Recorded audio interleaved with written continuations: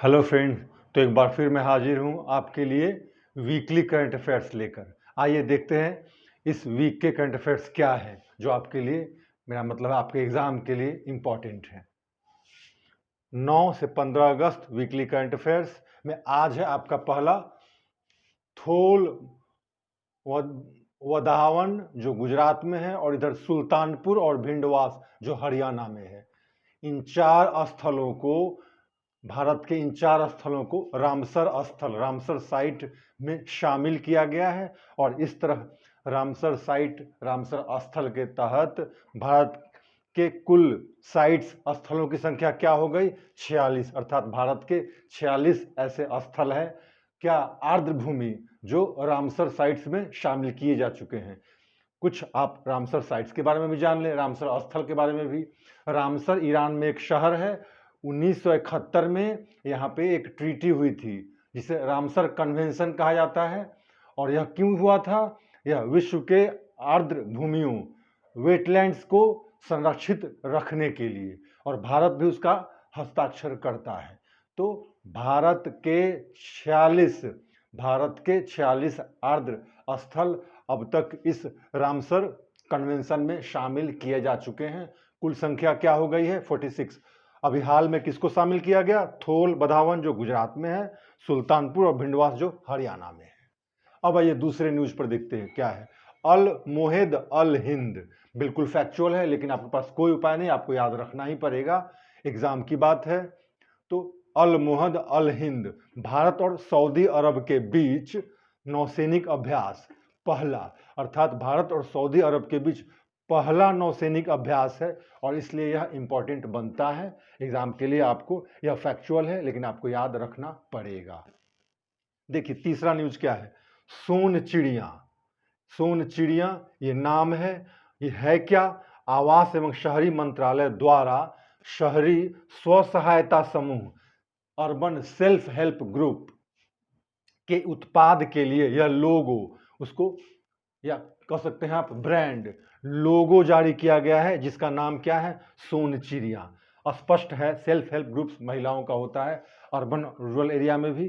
तो आवास एवं शहरी मंत्रालय द्वारा एक लोगो जारी किया गया है, एक ब्रांड बनाने के लिए। उसको किसको? अर्बन क्षेत्र में स्व सहायता ग्रुप, महिलाओं का जो स्व सहायता ग्रुप होता है, उनके प्रोडक्ट्स के लिए एक लोगो जारी किया गया है। याद रखिए, इस तरह के प्रश्न आते हैं, आपको थोड़ा ऑड लगे लेकिन फिर भी आप याद रखिए, सोन चिड़िया।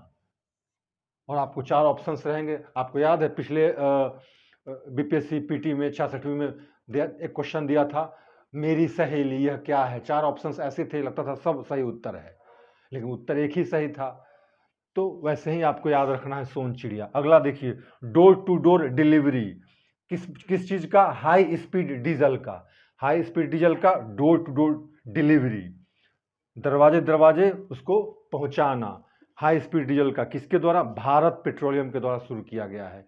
थोड़ा यूनिक है ये बात, तो आप इसको याद रखेंगे, भारत पेट्रोलियम कॉर्पोरेशन लिमिटेड द्वारा यह शुरू किया गया। अब देखिए अगला जो काफी चर्चा में है, मच टॉक्ड अबाउट टॉपिक, क्या? 14 अगस्त को क्या पार्टीशन हॉरर रिमेम्बरेंस डे के रूप में मनाने की बात की है हमारे प्रधानमंत्री मोदी जी ने। 15 अगस्त को 75वें स्वतंत्रता दिवस के शुभ अवसर पर उन्होंने ऐलान किया है कि 14 अगस्त को क्या किया जाएगा? Partition horror remembrance day. विभाजन के पश्चात जो एक हॉरर, एक डर क्रिएट हुआ था, उसको याद करने के दिन के रूप में 14 अगस्त को मनाया जाएगा। और इसका गजट में नोटिफिकेशन भी हो गया है, इसकी निंदा भी की गई है, लेकिन जो भी हो, आपको एग्जाम के ख्याल से 14 अगस्त वर्ड याद रखना है। और अगला देखिए क्या है, EOS 03 अर्थ ऑब्जर्वेशन सैटेलाइट 3, ये क्या हुआ है? यह फेल कर गया है, अर्थात इसको लॉन्च किया गया था GSLV F10 रॉकेट से GSLV F10 रॉकेट से अर्थ ऑब्जर्वेशन सैटेलाइट को लॉन्च किया गया था, और यह 3 स्टेज में था, इसे ऊपर जाना था। तीसरा स्टेज कौन था? क्रायोजेनिक स्टेज, जिसमें लिक्विड हाइड्रोजन और लिक्विड ऑक्सीजन का इस्तेमाल किया जाता है। थर्ड स्टेज में जाकर टेक्निकल स्नैक की वजह से यह असफल हो गया है लॉन्च। इस वीक का अगला न्यूज देखते हैं क्या है जो परीक्षा के लिए जरूरी है। फिट इंडिया फ्रीडम रन, ऐसे प्रश्न काफी पूछने का प्रचलन है आजकल।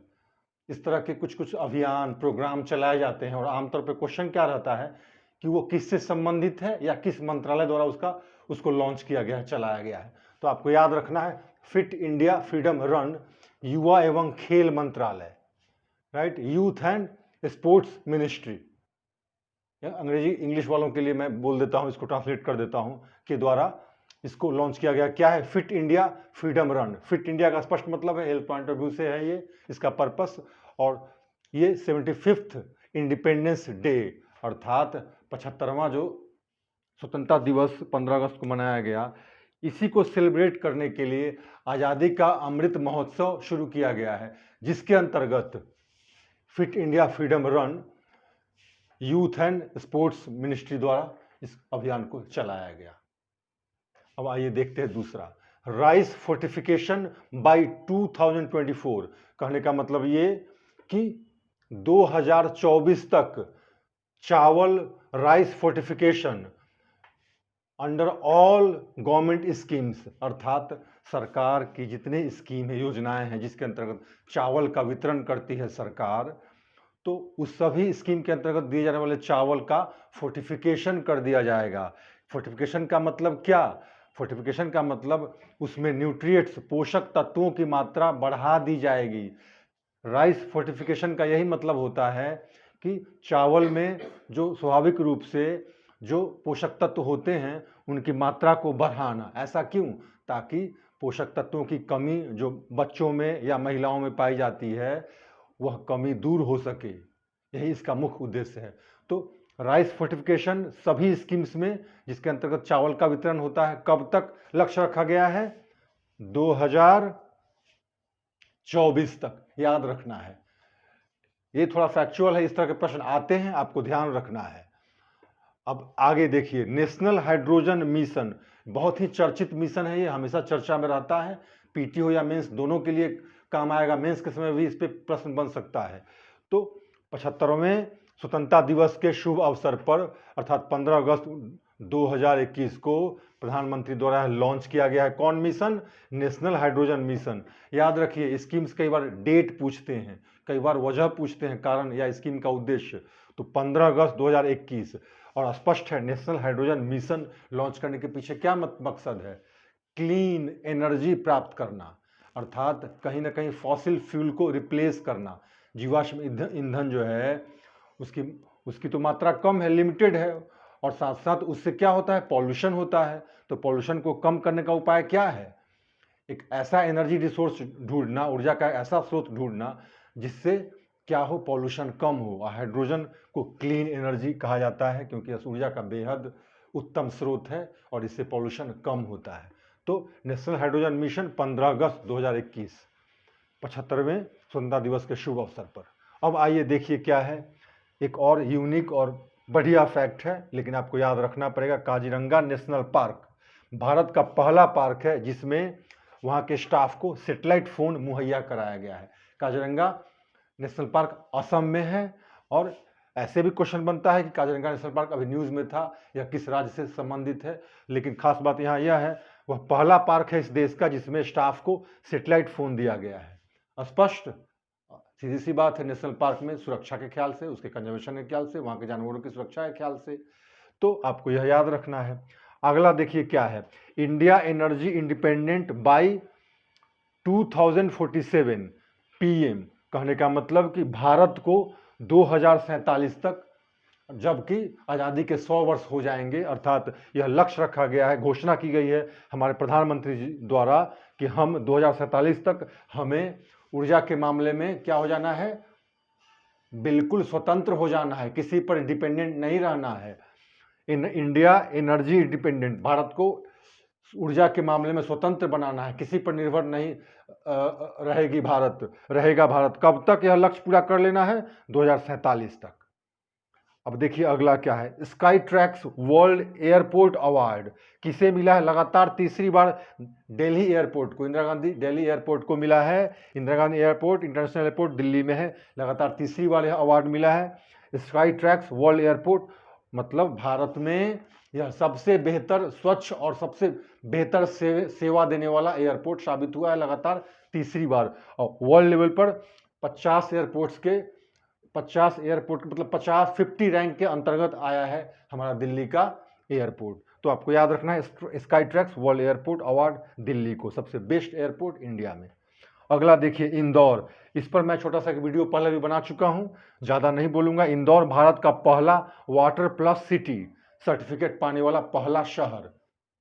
इसका संबंध स्वच्छता से है और यह इसलिए दिया गया है क्योंकि इंदौर ने ODF ओपन डिफिकेशन जो है खुले में शौच से मुक्त का जो पैमाना है उसको तो पूरा किया ही है, साथ साथ वहाँ पे जो पॉल्यूटेड जल होते हैं उनको ट्रीट करने के बाद ही वातावरण में उनको छोड़ा जाएगा, और ऐसा उन्होंने इंदौर में ऐसा किया गया है। साथ साथ वाटर रिसाइकल, जल को जल चक्र के द्वारा पुनः साफ सफाई करने की व्यवस्था भी वहाँ बहुत सफल तरीके से की गई है, इसलिए यह सर्टिफिकेट दिया गया है पहला वाटर प्लस सिटी के रूप में। किसको? इंदौर को, मध्य प्रदेश के इंदौर को। अब अगला देखिए क्या इंटरेस्टिंग है, कोवैक्सीन और Covishield mixture ICMR Indian council of medical research ने एक अध्ययन किया है। उत्तर प्रदेश में गलती से 18 लोगों को एक बार कोविशील्ड और दूसरे डोज में कोवैक्सीन ऐसा दे दिया गया, लेकिन बाद में अध्ययन किया गया Indian council of medical research द्वारा तो पाया गया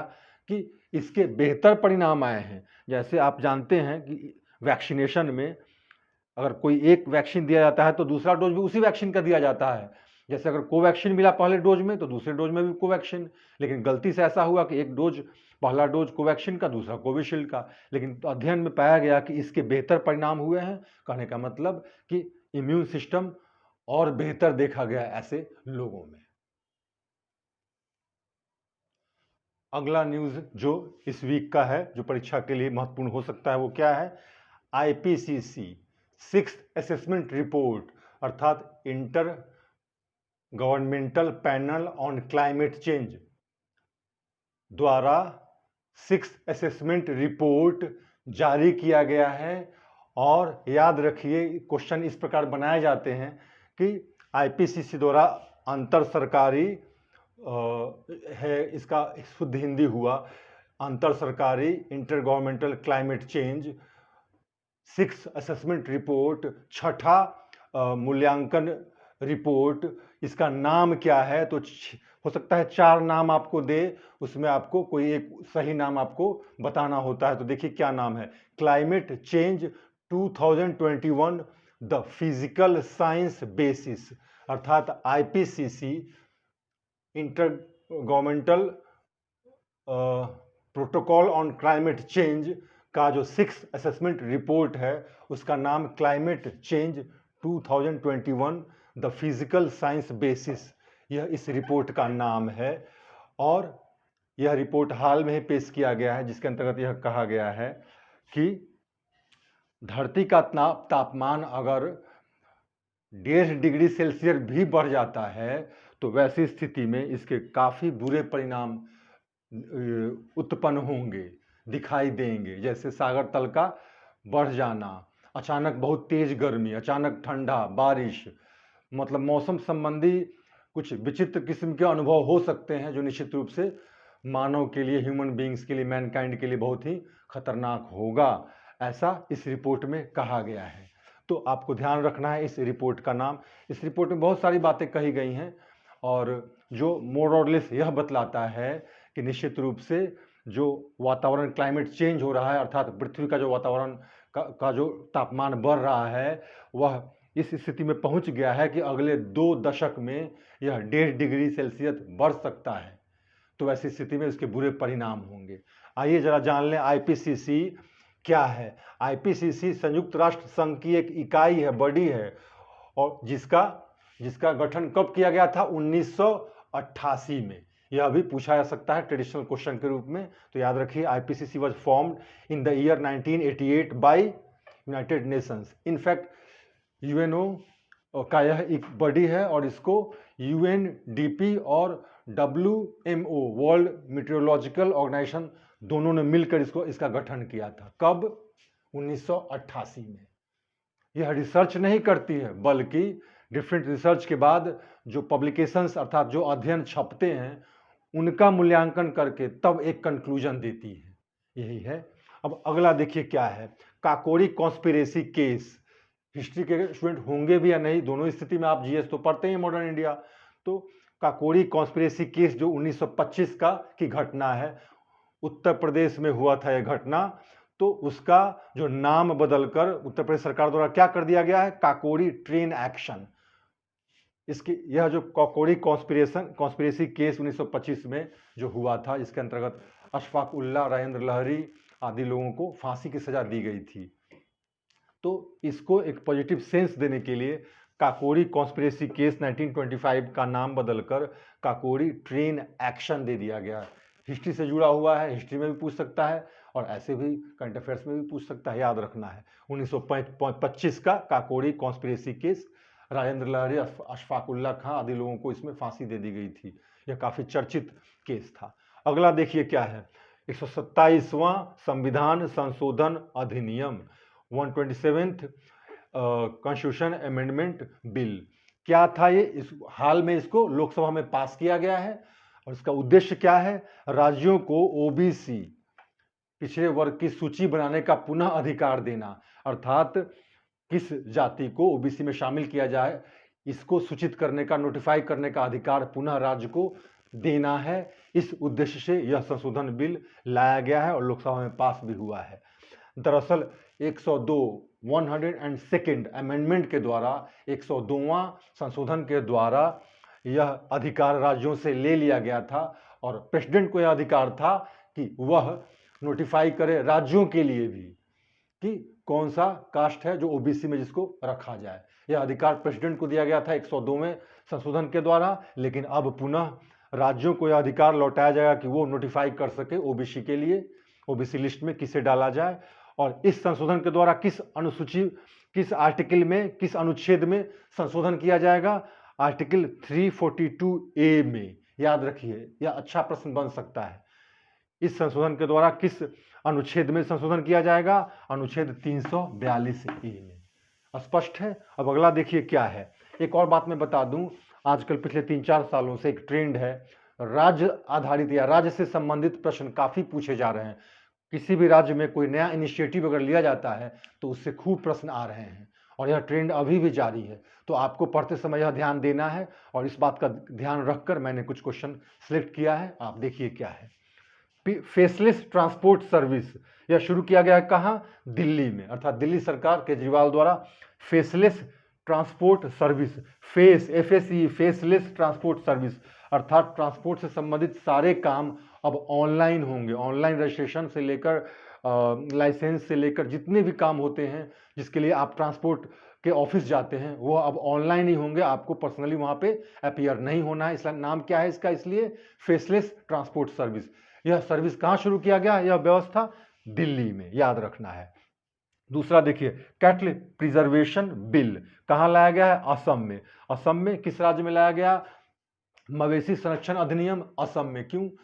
जिस क्षेत्र में बीफ खाने वाले लोग न हो, वहाँ पे बीफ की बिक्री न हो, इन बातों को ध्यान में रखकर, या फिर टेम्पल हो तो उसके इर्द गिर्द 5 किलोमीटर के इर्द गिर्द बेचा न जाए, इन बातों को ध्यान में रख के यह बिल लाया गया है। कहाँ लाया गया है? असम में।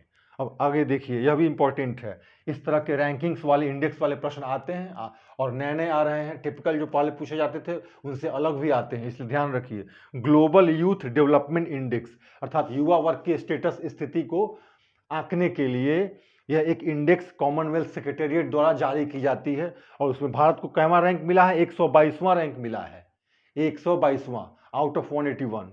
और टॉप रैंक किसको मिला है? सिंगापुर को। क्या है? एक बार फिर से देख लीजिए, ग्लोबल यूथ डेवलपमेंट इंडेक्स। यह एक सूची है जो यूथ, युवा वर्ग के स्थिति को, स्टेटस को बतलाता है आकलन करके, और उस आधार पर देशों की रैंकिंग की जाती है।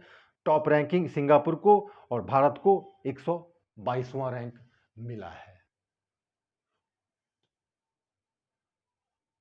अगला आपका जो न्यूज़ बनता है जो परीक्षा के लिए उपयोगी हो सकता है, चीन ने अपना लक्ष्य निर्धारित किया है कि 2060 तक वह कार्बन न्यूट्रलिटी के लक्ष्य को प्राप्त कर लेगा। अर्थात कहने का आपको यह स्पष्ट है कि चीन भी काफ़ी बड़ी मात्रा में कार्बन का उत्सर्जन करता है, यह आप जानते हैं, बल्कि विश्व में दूसरा स्थान है इसका।